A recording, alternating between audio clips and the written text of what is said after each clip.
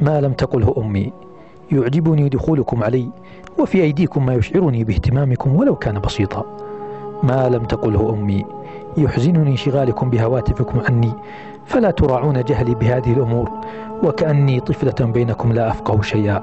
سبحان الله، ما أقسى قلوبكم علي في تلك اللحظات، فلا تعيرونني أدنى انتباه. ما لم تقله أمي يؤلمني وقوفي في المطبخ مع آلام ظهري وتيبس قدماي، فهل أصبحت خادمة لكم ولأطفالكم؟ فلماذا لا تساعدونني؟ ما لم تقله أمي يبدو أنكم جئتم للحديث بينكم، وليس لي نصيب من الحديث معكم، فلا يعجبكم حديثي ولا يعجبني حديثكم.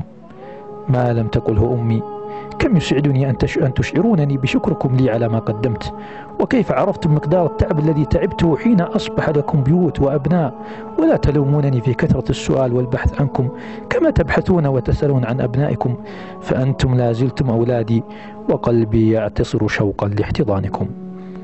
ما لم تقله أمي لست بحاجة إلى توجيهاتكم، وكأني طفلة لا تحسن التصرف.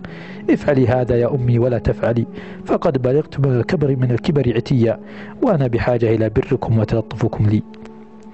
ما لم تقله أمي قد كنت خادمة لكم في الصغر، أفلا أحتاج جزءا من أموالكم شهريا؟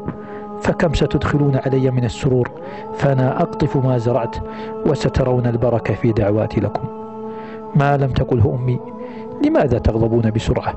أنا لم أقصد انتقاص أزواجكم أو زوجاتكم أو أبنائكم، فأنا أمكم ويهمني ما يهمكم. ما لم تقله أمي أفرح كثيرا بزياراتكم المفاجئة لي في أي وقت، وبالذات عندما أكون لوحدي. ما لم تقله أمي سيأتي يوم تدخلون علي بيتي ولا تجدونني، فتقبلوا نصيحتي يا أبنائي، فمهما قسوت عليكم فأنا أحبكم، وتقبلوا تحيات والدتكم التي ترى جمال الدنيا في سعادتكم.